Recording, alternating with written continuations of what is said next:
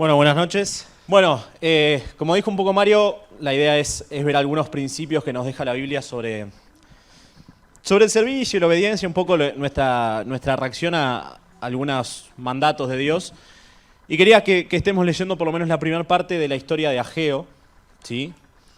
Pero antes de eso vamos a entender un poco qué es lo que estaba pasando en esa época con unos versículos en Esdras, ¿sí? El primer capítulo de Esdras al principio nos ubica un poco temporal, de forma espaciotemporal, en lo que estaba pasando, como para entender también dónde estábamos y saber qué es lo que, por qué estaba pasando Ageo cuando bueno, hizo las profecías o transmitió los mensajes que Dios le había dado. Entonces, bueno, ahí en el capítulo 1 de Esdras, versículo 1, los primeros versículos, les leo ahí. Dice: en el primer año del reinado de Ciro, rey de Persia, el Señor inquietó el espíritu de Ciro para que se cumpliera la profecía del Señor comunicada por intermedio de Jeremías. Ciro lo hizo circular por escrito e hizo también que lo leyeran en todas partes de su reino. El decreto era este: Ciro, rey de Persia, decreta lo siguiente: el Señor, Dios del cielo, me dio todos los reinos de la tierra y me ha encargado que le construya un templo en Jerusalén, en el territorio de Judá. Así que todo aquel que pertenezca al pueblo de Dios, que el Señor su Dios lo acompañe y se vaya a Jerusalén, que está en Judá, a construir el templo del Señor, el Dios de Israel, quien está en Jerusalén. En cuanto a los de ese pueblo que decidan quedarse en este país, que ayuden a los que se van, desde el lugar donde viven, que manden oro, plata, bienes y ganado, junto con ofrendas para el templo de Dios en Jerusalén. Después que el pueblo había sido llevado cautivo a Babilonia, pasan ciertos años, el imperio de Babilonia cae totalmente, destruido, y toma su lugar como potencia, como gran reinado en el mundo conocido hasta ese momento, justamente los persas, del cual Ciro era ahí el rey de Persia. Entonces, en ese contexto es que pasa esto, vuelve el pueblo, como veíamos recién, vuelven a su tierra, a Judá, con una misión clara, que incluso Dios le había revelado esa misión al mismo rey de Persia para que los libere, que era ¿cuál? Reconstruir el templo, perfecto. Dice que Dios tenía eso en mente y quería que el pueblo haga eso, que reconstruya el templo que se había roto, obviamente, con toda la invasión babilónica, cuando bueno, lo sitiaron y destrozaron un poco todo ese lugar. Entonces vamos al libro de Ageo, justamente para leer estos primeros versículos del capítulo 1. Dice: en el año segundo del rey Darío, en el mes sexto, el primer día del mes, vino palabra de Jehová por medio del profeta Ageo a Zorobabel, hijo de Salatiel. Dos lindos nombres para las embarazadas, tengan en cuenta. Gobernador de Judá, Zorobabel era el gobernador de Judá de ese momento.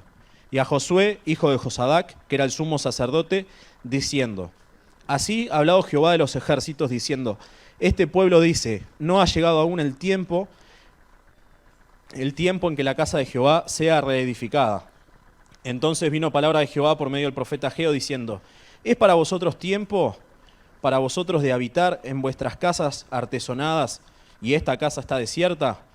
Pues así ha dicho Jehová de los ejércitos: meditad bien sobre vuestros caminos, sembráis mucho y recogéis poco, coméis, y no os saciáis, bebéis y no os quedáis satisfechos, os vestís y no os calentáis. Y el que trabaja jornal recibe su jornal en saco roto. Así ha dicho Jehová de los ejércitos: meditad sobre vuestros caminos. Subid al monte y traed madera y reedificad la casa. Y pondré en ella mi voluntad y seré glorificado, ha dicho Jehová. Buscáis mucho y halláis poco, y encerráis en casa, y yo los disiparé, y en un soplo. ¿Por qué? Dice Jehová de los ejércitos. Por cuanto mi casa está desierta y cada uno de vosotros corre a su propia casa. Por eso se detuvo de los cielos sobre vosotros la lluvia, y la tierra detuvo sus frutos. Y llamé la sequía sobre esta tierra, y sobre los montes del trigo, sobre el vino, sobre el aceite, sobre todo lo que la tierra produce, sobre los hombres y sobre las bestias, y sobre todo trabajo de manos. Vamos a leer hasta el 11 por ahora. Habíamos dicho que la idea de Dios era que el pueblo vuelva a su tierra y reconstruya el templo. En un momento, como decíamos, el rey de Persia, Darío, los libera para que hagan eso, para que el pueblo vuelva a Judá, reconstruya el templo. Pero acá cuando Ageo recibe este mensaje de parte de Dios, no es que habían llegado a su tierra hace 2 meses, que estaban recién arrancando, estaban generando un poco las condiciones para vivir. No, la Biblia un poco nos ubica cuando dice ahí al principio que fue que nos dicen qué año estaban y demás. Ya habían pasado entre 15 y 20 años, dicen algunos, de que habían vuelto a la tierra. O sea, ya tenían unos cuantos años que estaban ahí. Y en cambio la situación, ellos pensaban que estaba bien, pero Dios les hace una advertencia. Les dice, bueno, ya hace bastante que están acá, y lo que les hace ver es que sus casas estaban perfectas, dice que estaban adornadas, que tenían unas casas lujosas, que ya todos se habían ocupado por eso, por encontrar el lugar donde vivir, estaban como incluso perfeccionando las casas, poniéndole, no sé, la barbacoa en el fondo, adornando el patio, todo. Pero el templo, la casa de Dios, seguía en ruinas, seguía destrozada, no habían hecho nada para reconstruirla. Fue con ese propósito que Dios lo liberó. Dios lo liberó justamente con el propósito de que ellos puedan reconstruir el templo, y era algo que ellos ya llevaban años libres en su tierra y no lo habían hecho. Seguían ahí en la suya, por así decir. Miren lo que dice en el versículo 4, lo voy a leer en otra versión, dice: pero sí es el momento para que ustedes vivan en casas finamente terminadas, mientras que esta casa está en ruinas, preguntaba Dios. O sea, como que les está cuestionando, le dice, bueno, ¿ustedes están seguros que es el momento? Ellos decían, no es el momento, vamos a reconstruir el templo, pero no todavía, no llegó el tiempo. Hay que esperar, tenemos como que acomodarnos un poquito en la tierra, tenemos que volver a producir. Pero Dios le dice, ¿están seguros que es así? O sea, ustedes ya tienen sus casas totalmente hechas, adornadas, todo, y el templo sigue ahí. Y vieron que después Dios, a través del profeta Ageo, incluso les dice algunas cosas que les estaban pasando. En el versículo 9, los invito a ir ahí, dice, ustedes esperaban una gran cosecha, pero les resultó muy escasa. Luego, cuando la almacenaron en sus casas, yo soplé e hice que se acabara rápido. ¿Por qué? Pues mi casa está en ruinas mientras ustedes se dedican a las suyas, dice el Señor Todopoderoso. Debido a eso, el cielo ha retenido la lluvia y la tierra sus frutos. Por eso he determinado que haya sequía sobre la tierra, las montañas, el trigo, la viña, el aceite, sobre todo lo que la tierra produce, sobre la gente, los animales y sobre todo su trabajo. Dios les aclara que la situación de crisis que ellos estaban pasando, de que trabajaban, cosechaban algo, pero no les era suficiente. Como leíamos, comían y no se saciaban, tomaban y seguían teniendo sed. Vieron que en otro versículo, en el 6, nos decía que se abrigaban, o sea, se ponían ropa, pero no los calentaba, como que no era útil el abrigo.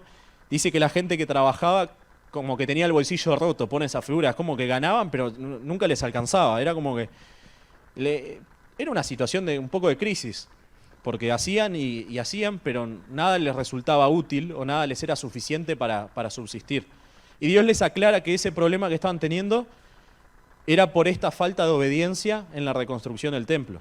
Le dice, bueno, a ustedes les está pasando esto, pero no es casualidad. Capaz que ellos incluso usaban eso como excusa para no reconstruirlo. Voy a decir, no, todavía no nos podemos poner a reconstruir el templo porque no tenemos los alimentos, los recursos suficientes, nuestro pueblo necesita estar bien alimentado.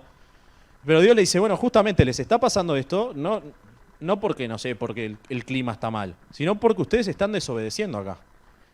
Y Dios les deja claro que eso eran consecuencias de su desobediencia. Incluso en Deuteronomio, capítulo 28, cuando Dios les da un poco también las consecuencias de qué pasaba si ellos desobedecían la ley, lo que pasaba era exactamente esto, estas mismas cosas que acá describe Ageo. Decía eso, que iba a dejar de llover, que la comida no iba a ser suficiente, que no los iba a abrigar la ropa, que se iban a comer y no iban a saciarse. Era como que todo lo que les estaba pasando ya estaba puesto en Deuteronomio, que esas eran las consecuencias de no cumplir la ley, de ser infiel a lo que Dios había establecido.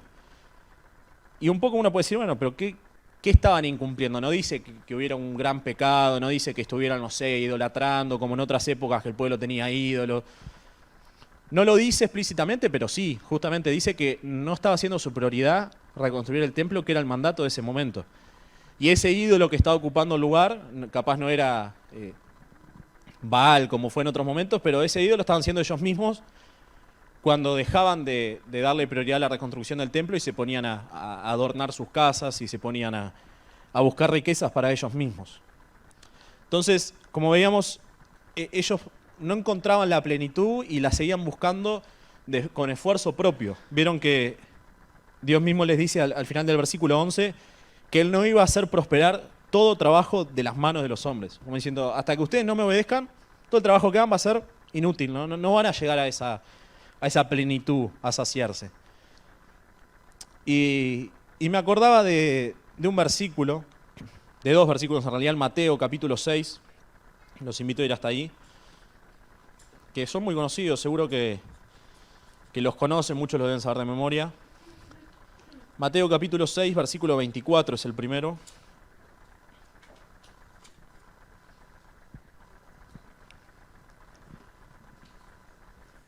Y acá está un poco el porqué de que ellos estaban desobedeciendo a Dios, el por qué Dios los tenía con ese castigo, esa crisis, esa desobediencia a la ley, estaba en esto. Miren lo que dice Mateo 6, 24, dice, ninguno puede servir a dos señores, porque o aborrecerá al uno y amará al otro, o estimará al uno y menospreciará al otro. No podéis servir a Dios y a las riquezas. Y era lo que les estaba pasando a ellos, estaban queriendo servirse a ellos primero, como para cuando estemos todos bien, ahí vamos a obedecer y ahí vamos a reconstruir el templo. Pero no era así. Incluso en Mateo Jesús mismo nos dice un poco más adelante, en el versículo 33, nos da justamente la clave para la solución de lo que les estaba pasando a ellos. Muy conocido este versículo, dice, mas buscad primeramente el reino de Dios y su justicia, y todas estas cosas os serán añadidas. Y si Jesús hubiera estado físicamente en ese momento capaz entre el pueblo de Israel, podría haber sido el momento para que diga estas palabras, porque estaba pasando eso. Ellos estaban dejando las cosas de Dios de lado, no estaban dándole prioridad a sus mandatos, y les pasaba esto, estaban sirviendo a otro señor y eso les estaba sacando la prioridad de Dios. Entonces Dios les dice que el camino para revertir esta situación de crisis era justamente obedecerlo, reconstruir el templo y ponerse manos a la obra en eso, que en el momento en el que ellos hagan eso, por consecuencia, ahí van a encontrar la plenitud, ahí van a saciarse con lo que cosechaban, ahí van a tener esa abundancia que era prometida.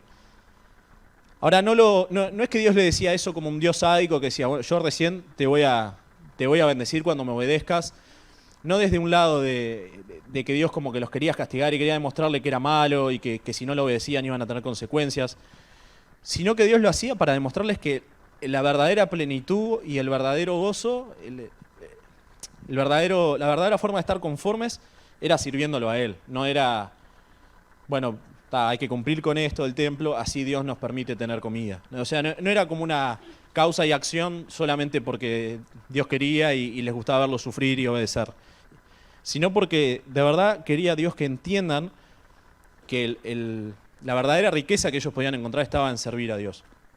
Y en 1 de Timoteo capítulo 6, que estuvimos viendo un poco el viernes con los jóvenes, justo el versículo siguiente al que dejamos, no quiero spoilear al que le toque el viernes que viene, pero 1 de Timoteo ahí nos dice algo parecido. Venía hablando de gente que buscaba servir a Dios justamente como forma de obtener ganancias. Y podemos pensar, bueno, capaz que ellos podían pensar eso, o sea, yo voy a construir el templo, voy a servir a Dios para poder obtener las ganancias, para tener las riquezas, las cosechas, que esta comida me baste. Pero el obedecer a Dios mismo era esa plenitud que ellos necesitaban. Y en el versículo 6 de 1 de Timoteo 6 dice, pero gran ganancia es la piedad acompañada del contentamiento. Y en otras versiones dice, esperen que lo busco acá, que es bastante más entendible, dice, es verdad que dedicarse a Dios es una manera de ganar mucho, pero en el sentido de vivir contento cada uno con lo que tiene. El verdadero contentamiento, esa verdadera riqueza, esa verdadera ganancia estaba en el hecho mismo de servir a Dios, no en lo que pudieran obtener por causa de eso. Y era un poco eso lo que Dios les quería demostrar. Quería decirle, no, pónganse a reconstruir el templo y ahí van a encontrar lo que están buscando, esa cosa que a ellos les faltaba, que no se saciaban. Y a partir del versículo 12, le empiezan a obedecer a Dios y vamos a ver qué pasa. Versículo 12 de Ageo 1.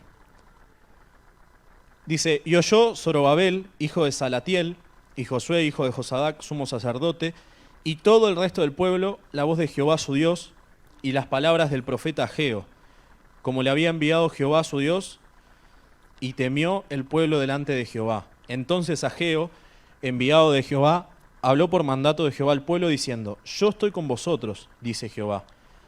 Y despertó Jehová el espíritu de Zorobabel, hijo de Salatiel, gobernador de Judá, y el espíritu de José, hijo de Josadac, sumo sacerdote, y el espíritu de todo el resto del pueblo, y vinieron y trabajaron en la casa de Jehová de los ejércitos su Dios.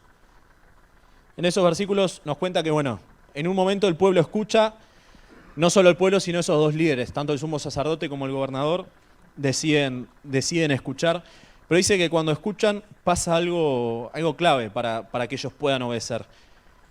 Vieron que dice que oyeron Zorobabel y Josué, como leímos, y el resto del pueblo las palabras del profeta Ageo, pero dice, al final del 12 dice, y temió el pueblo delante de Jehová. Y el principio para poder obedecer a Dios es esto, es temer a lo que Él nos está diciendo.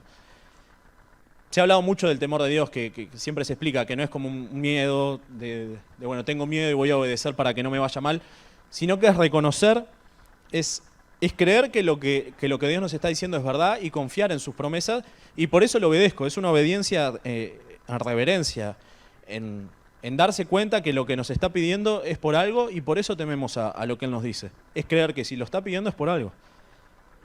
Y hay un par de versículos que nos hablan de este temor a Jehová. En Proverbios, capítulo 1, Proverbios 1:7 nos dice, el principio de la sabiduría es el temor de Jehová. Los insensatos desprecian la sabiduría y la enseñanza. Vemos que el temer a Jehová es como esa puntapié inicial para poder considerarse sabio, para poder actuar como una persona sabia, es el temer y por consecuencia el obedecer a Dios. Y en Salmos 19, versículo 9, nos habla un poquito más acerca del temor a Jehová. Y nos dice algo interesante también. Nos dice, el temor de Jehová es limpio, que permanece para siempre. Los juicios de Jehová son verdad, todos justos. Pero ese hecho de que el temor a Jehová es limpio no es un temor que nos vaya a llevar a obedecer, como decíamos, simplemente buscando el beneficio, porque eso no sería algo limpio, algo puro. Sería algo que tendríamos como un deseo oculto a la hora de obedecer, simplemente para que Dios me beneficie. Pero como dice ahí, el temor a Jehová es algo puro, es algo limpio, que nos lleva a obedecerle por amor, ¿sí? Y también por conocer y entender que lo que Él nos pide es lo correcto. Ahora, les viene otro mensaje, versículo 12, volvemos a Ageo. Dice que en el momento que temieron y escucharon esto, recién ahí, dice, entonces Ageo en el versículo 13, entonces Ageo, enviado de Jehová, habló por mandato de Jehová al pueblo diciendo, yo estoy con vosotros, dice Jehová. ¿Sí? Vieron que no es que Dios le dice, bueno, obedezcan, reconstruyan el templo y los deja solo, le da una palmadita y yo vuelvo cuando ustedes lo tengan terminado. Sino que Dios le dice, yo estoy con ustedes. Y es una constante, siempre que Dios nos pide hacer algo y nos pide obedecerlo, si nosotros lo obedecemos, Él nos da la promesa de que va a estar con nosotros. En el momento en el que Jesús, antes de irse, deja la gran comisión, pasa lo mismo, les dice, id y haced discípulos por todo el mundo, bautizarlos, etc.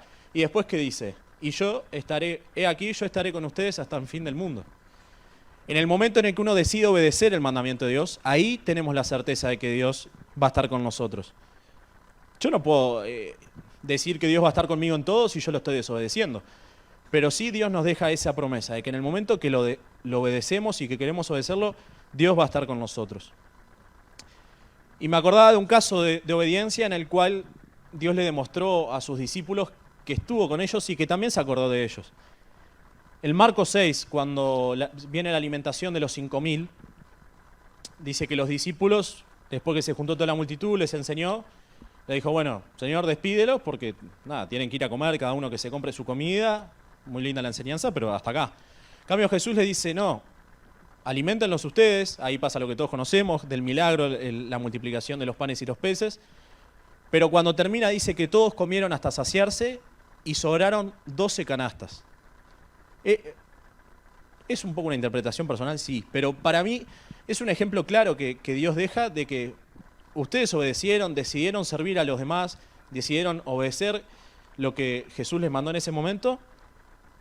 Tampoco el relato nos decía que los discípulos ya tenían su comida, pero en el momento que después que ellos les dan de comer al resto y sirven a Dios de esa manera, ahí Dios también les provee de una canasta para cada uno de los discípulos. Como diciendo, bueno, ustedes sirvieron, obedecieron, miren, ahora les demuestro que estoy con ustedes y también les dejo esta provisión para ustedes, les dejo ese alimento para ellos. No es casualidad que hayan sobrado 12 canastas porque sí. Era una forma de que Jesús les decía, bueno, vieron que obedecer significa también el tener la bendición de Dios y significa también que uno va a estar acompañado y que Dios no nos va a dejar faltar algo si lo estamos obedeciendo y lo estamos sirviendo. Podemos confiar que el servicio y la obediencia a Dios, que en esas situaciones Él nos acompaña y no nos va a dejar faltar lo imprescindible. Sí, esa es otra de las razones que pensaba por las cuales Dios los motivó y les dijo ahí al pueblo, a través de Ageo, les dijo que Él estaba con ellos. Les recordó que Él iba a estar, que los iba a ayudar en ese proceso.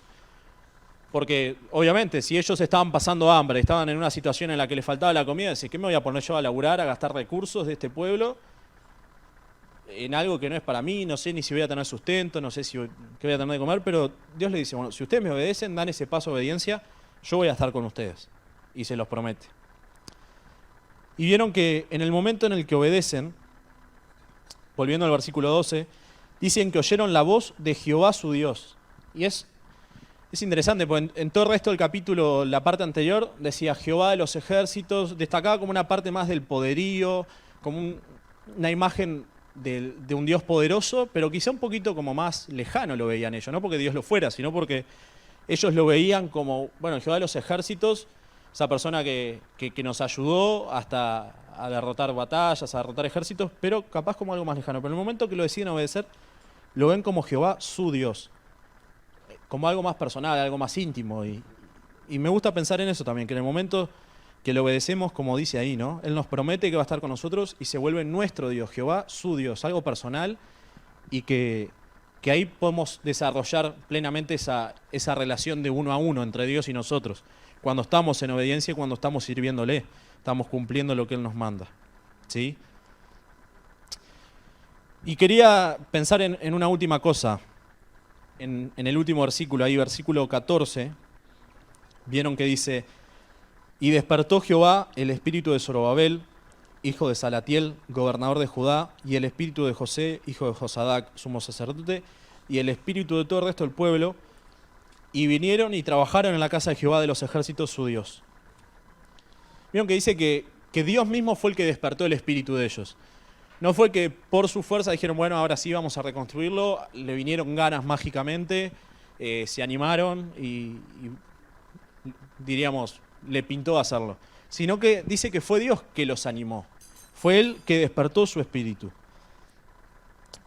Y es algo que no fue solo con ellos. Si se acuerdan lo que leímos en Esdras, vieron que el capítulo 1 de Esdras dice que Dios, dice la misma expresión, Dios despertó el espíritu del rey de ese momento, sí, del rey de Persia, para que en ese momento él entendiera que tenía que dejarlos ir.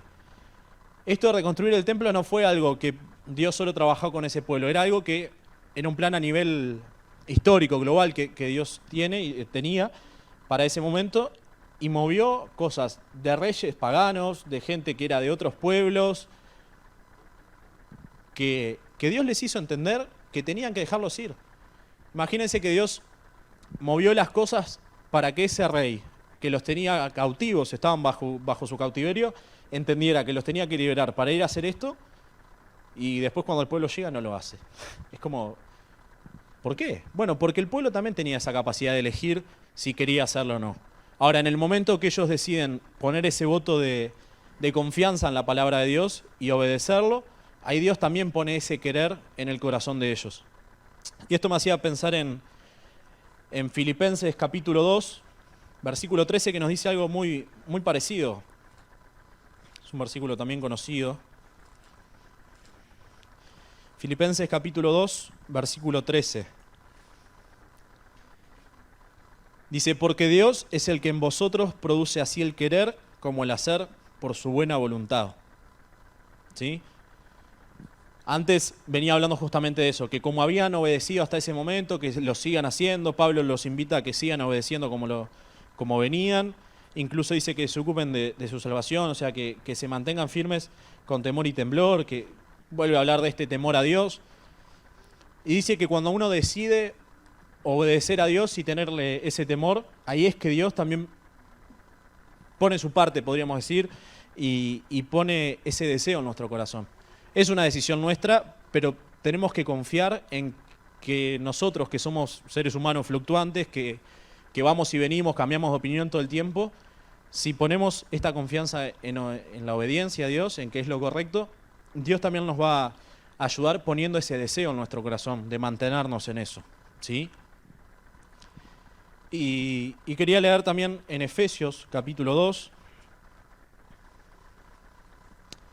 algunos versículos que también nos hablan y nos muestran cómo todo esto es gracias a Dios, desde la salvación hasta la obediencia. Efesios 2, versículos 8 al 10, dice, porque por gracia sois salvos, por medio de la fe, y esto no de vosotros, pues es don de Dios, no por obras para que nadie se gloríe. Y acá nos deja claro algo que hemos escuchado 1000 veces, que la salvación es obra de Dios y es gracias a Él, no gracias a algo que podemos hacer nosotros. Pero en el versículo 10 nos dice, porque somos hechura suya, creados en Cristo Jesús para buenas obras, las cuales Dios preparó de antemano para que anduviésemos en ellas. Y vieron que este pueblo ya tenía como esa obra de reedificar el templo, ya la tenía de antemano Dios. Incluso habíamos visto que el rey que los tenía cautivos, Dios le habló a su corazón para que los deje ir y para que se vayan a reconstruir el templo. Era algo que Dios ya tenía pensado de hace tiempo. Y el plan de Dios se fue moviendo para que ellos puedan hacer eso. Con nosotros es lo mismo, Dios nos salva por su gracia, pero también prepara cosas y prepara obras para que lo obedezcamos y lo sirvamos de antemano. O sea, es algo que Dios ya tiene pensado. Ahora es decisión nuestra, obviamente, obedecerlo, ¿no? Tenemos esta confianza que leíamos, que Él nos ayuda, si nosotros lo obedecemos, nos ayuda a tener ese deseo en el corazón. Y que también es Él el que nos pone ese querer y esa capacidad para hacer. No podemos pensar que la capacidad de obedecerlo viene de nosotros, porque si sabemos que somos pecadores, que estamos alejados de Dios, que la condición natural es estar en desobediencia con Dios, ¿cómo podemos pensar que la capacidad de obedecerlo viene de nosotros? Viene de Él. Él por gracia nos salva y por gracia también nos capacita para que podamos obedecerlo. Y un poco para cerrar, hay un versículo que para mí, como que dos versículos en realidad, que resumen esta idea completa. Últimos versículos de Hebreos, capítulo 13.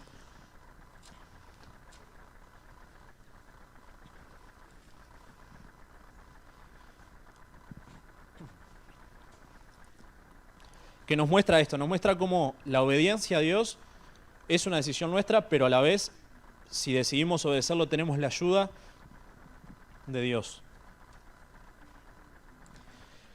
Hebreos capítulo 13, versículos 20 y 21 dice, y el Dios de paz que resucitó de los muertos a nuestro Señor Jesucristo, el gran pastor de las ovejas, por la sangre del pacto eterno, os haga aptos en toda obra buena para que hagáis su voluntad, haciendo Él en vosotros lo que es agradable delante de Él por Jesucristo, al cual sea la gloria por los siglos de los siglos. Amén.